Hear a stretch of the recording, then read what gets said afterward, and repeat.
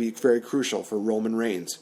So Roman gets disqualified, referee calls for the bell, and he's just beating down on Brock Lesnar. It seems like after he beat The Undertaker in there, he has this new aggressive side. He's almost possessed, like he wants to see like the fall of humanity. He wants to see people just, suffering or stuff like that. He's just getting more aggressive. He's getting more just very vicious side of him.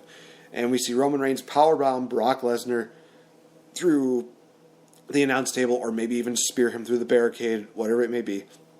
Stephanie comes out and she says, I'm not going to stand for this. This is not at all what I was hoping was going to happen. So security, come out to the ring. So security's coming out and everybody's assuming, oh great, they're going to arrest Roman Reigns and blah, blah, blah. Stephanie McMahon says, no. Don't lay a hand on Roman. Get Brock Lesnar back in the ring. So they put Brock Lesnar into the ring. He is just a beaten, battered, bloody mess. He basically looks like, what you would imagine like one of those meat grinders would just have after they put like so much deal in there. His face just looks all disfigured. And Stephanie says, referee, restart the matchup right now. And Roman Reigns is kind of looking on a bit confused. But then as soon as he sees Brock, he looks up at Stephanie. And then he just looks to the fans. And he gives that big old toothy smile that he has. And he hits 1, 2, 3 spears on Brock Lesnar for the 1, 2, 3. Roman Reigns officially turns heel and is the Universal Champion. He is joining forces with Stephanie McMahon. And Stephanie McMahon basically comes out the following week saying, that, hey, there are no hard feelings about the fact that, you hit me with a spear last year at WrestleMania. In fact, this proved that you are definitely a stronger guy. You're younger, you're more hungry, you're more vicious, you're more determined, you're focused. And that is exactly what we need, and that is exactly what is best for business. And Max actually brought up this idea that this would also play into a storyline with Stephanie and Triple H, to where Triple H, he's been losing, WrestleMania after WrestleMania after WrestleMania. Stephanie McMahon basically said, you know what? You've lost your edge. You're no longer the cerebral assassin. You're no longer the King of Kings. You're just a washed-up has-been, where this builds up so more and more. And on TV, it seems like they are divorced. Like maybe Stephanie McMahon says, hey, I want a divorce. And, her head just keeps getting bigger and bigger and bigger because now she's got that big old muscly man, Roman Reigns, here to, make sure that everything goes her way. And eventually later on, you could have just kind of a small, babyface deal where she realizes that she was wrong and that she messed up. That kind of a deal. So that is kind of how the direction I would see Monday Night Raw going. It's a very long shot, but at the same time, you do something very good with it. And honestly, you guys, again, this could work out very well because here's the thing. After that title match happens, you could still have like 3 top babyfaces work through that and challenge Roman Reigns for the Universal title. You could have Seth Rollins be one. Sami Zayn would be another one that I think definitely is long overdue for Sami Zayn to get a Universal title match. And the other person being Finn Balor.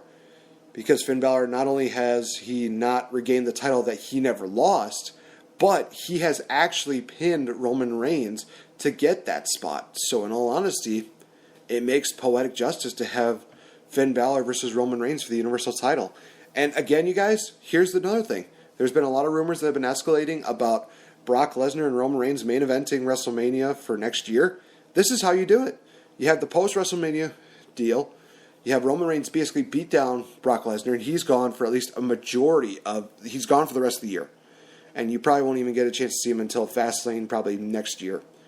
Where Brock Lesnar's saying, hey, I want my rematch, and I want to do it, against you. And I would, honestly, you guys, I would have that matchup either take place inside of a steel cage or inside Hell in a Cell, because I think that match would be very amazing. I would love to see that.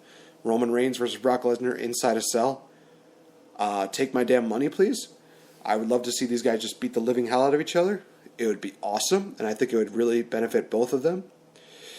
So that takes care of the Raw part. Now as far SmackDown goes. So how do we do a SmackDown. SmackDown usually does a pretty good job, but the problem is that with this WrestleMania card is that SmackDown Live has had a very hard time getting more people interested. So to make up for it, we're going to basically create like a little mini WrestleMania here for the 2 hours of SmackDown here. And we have, title match after title match after title match after title match. You have, of course, Alexa Bliss coming out, and she's beaten everybody that was involved in that open invitational matchup. And there's a lot of different names that have actually been rumored to be a part of that. Victoria wasn't one name. Eve Torres is another name. Kelly's a name that's been thrown in there. Be interesting to see who they actually get into that matchup. But Alexa Bliss, she comes out and she says, I've beaten everybody on the roster. There's nobody that can hold an accolade to me. And that, I will take on anybody and I will put this title on the line. Come on out. Let's see what you got. Who would come out? Asuka, the former NXT Women's Champion. Yes, I am predicting that Ember Moon is going to be the one who ends Asuka's undefeated streak and ends her title reign. So we have Asuka going to SmackDown, and she beats down on Alexa Bliss like no tomorrow. She becomes the new SmackDown Women's Champion. Honestly, I think it'd be very awesome, and I think that it would actually bring in a lot of money. It'd be a shocker for SmackDown. You have Asuka coming in, and then later on in the year, if you want, you could start bringing Ember Moon to the Monday Night Raw roster. It would just work out nicely. The tag team titles, See, the thing is that the problem is that they have the talent there. The problem is that they just don't utilize them as well as they do. I mean, the Vaudevillains, they were a great tag team until Vince McMahon was just like, they don't really have that kind of it factor. So, just make them jobbers. Nobody's going to care about them.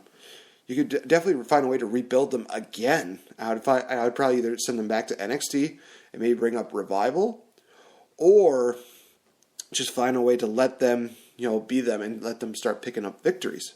That's the way that I see it. So, but the tag team title situation, we would definitely have American Alpha versus the Usos. I would probably have them face off in a 2 out of 3 falls matchup because I think that would actually be kind of cool. And regardless of how the outcome would come, the next team that would challenge the tag team champions would be the Revival. And honestly, you guys, if they put the titles on American Alpha, let's say that we would have a 30-minute Iron Man match between American Alpha and Revival on their next pay-per-view. Take my damn money. Otherwise, you can have a great matchup between the Usos and Revival. It would be really spectacular, to say the least. Now, that just leaves the Intercontinental Championship as well as the WWE Championship. So the Intercontinental title, Baron Corbin, I believe, is going to be going over. So he will basically get a rematch with Dean Ambrose. Baron Corbin, hits End of Days, blah, blah, blah. And you start having Baron Corbin just be this, dominant force and just have him start beating down everybody, really. And you start really even building up a couple of new stars. Of course, you could probably start, building Dolph Ziggler back up again. Kalisto would be another person because Kalisto versus Baron Corbin, TLC last year, if you haven't seen it, awesome chairs match. Definitely would love to see those guys clash again. Just start, rebuilding your guys' stars again. And I really would also love to see them get Heath Slater into a singles title contention, as well as maybe even give him a reign, even if it's just for one day. Because Heath Slater definitely deserves it. He's one of those guys who's been there long enough. He won a lot of tag team titles, but I think he deserves one singles run. And honestly, he is one of those guys that I would definitely voice into saying, hey, give him an Intercontinental title run. It would really benefit him. It would benefit the WWE, and it would benefit the fans, because now it's just like, oh wow, we're finally getting one of our guys to be the Intercontinental Champion. And some people might say, well, he's too much of a comedy character. He's too much of a goofball. He's just blah, blah, blah. So what? There's been a lot of... You had Santino Marella as an Intercontinental Champion. I think that Heath Slater is about maybe 5-10 steps ahead of Santino Marella. I'm sorry. But it's the truth. So you just have to find a way to rebuild the Intercontinental title deal. Maybe get The Miz involved back again. I would definitely even suggest having Chris Jericho come back to SmackDown when he's done with his tours and stuff like that, because I really want to see Jericho win one more Intercontinental title before he retires. Because I would love to see him be the 10-time Intercontinental Champion. And plus, now The Miz has something to strive for. He's like, I've been one of those guys who's really created the Intercontinental Championship and revitalized it. I'm going to be the guy who, keeps that excitement going. And again, Chris Jericho versus Miz for the Intercontinental title. Take my money, please, because that would be awesome.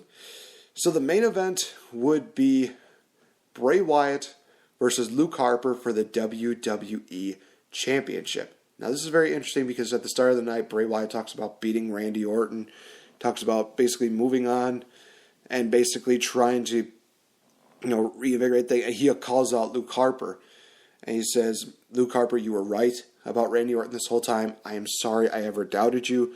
If you would accept my olive branch, I'd be more than willing to bring you back into the family. Let's just do something great. And Luke Harper, he kind of just, shifts his head, does his little deal where he's like, discus clothesline, bam. And he says, I'd much rather face you for that title tonight. So we get Luke Harper versus Bray Wyatt. Just a great matchup. And it also seems like Luke Harper is about to win, but Bray Wyatt hits his sister Abigail out of nowhere. He's about to go for the cover, but then you hear the Dad. Out comes Eric Rowan. Eric Rowan comes out, and he beats down on Bray Wyatt.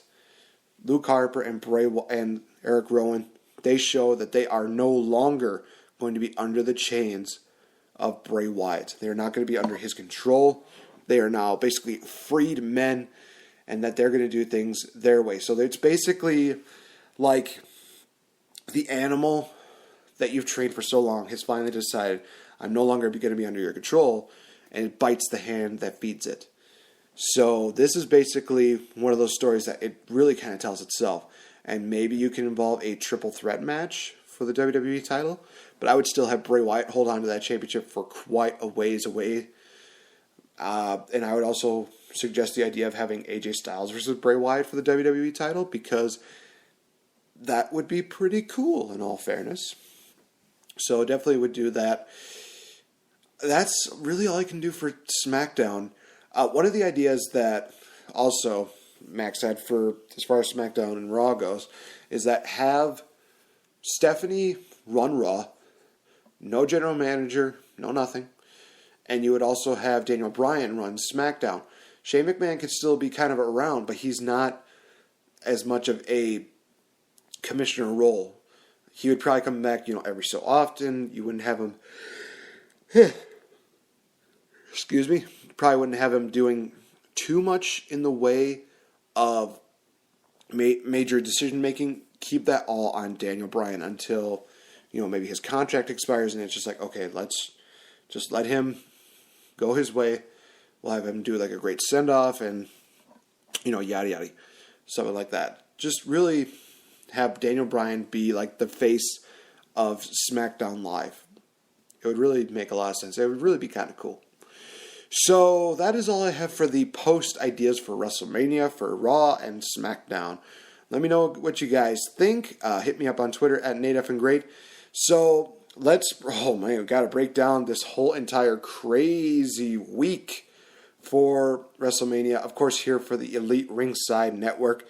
It is indeed WrestleMania week. Like I said, tonight will be Raw Reaction after Monday Night Raw has aired. It will be myself and AJ Jensen. We will be covering not only Monday Night Raw, but also Raw's contribution to the WrestleMania card. On Tuesday, tomorrow night, it will be Smack Talk with Max Beatty and Spencer Hart, in which they will be talking about SmackDown Live, as well as probably SmackDown's contribution to WrestleMania. Wednesday will be another great edition of Change the F Up with myself and my co-host Victory Bell, in which we will be talking about the highest grossing movies of all time, just going through the list, talking about what made them so great, what probably they could do to better themselves. If there's some movies that are just like, it's great movies that they're putting in, but it's just an okay movie quality-wise, something like that. But also on that day will be the prediction show with myself and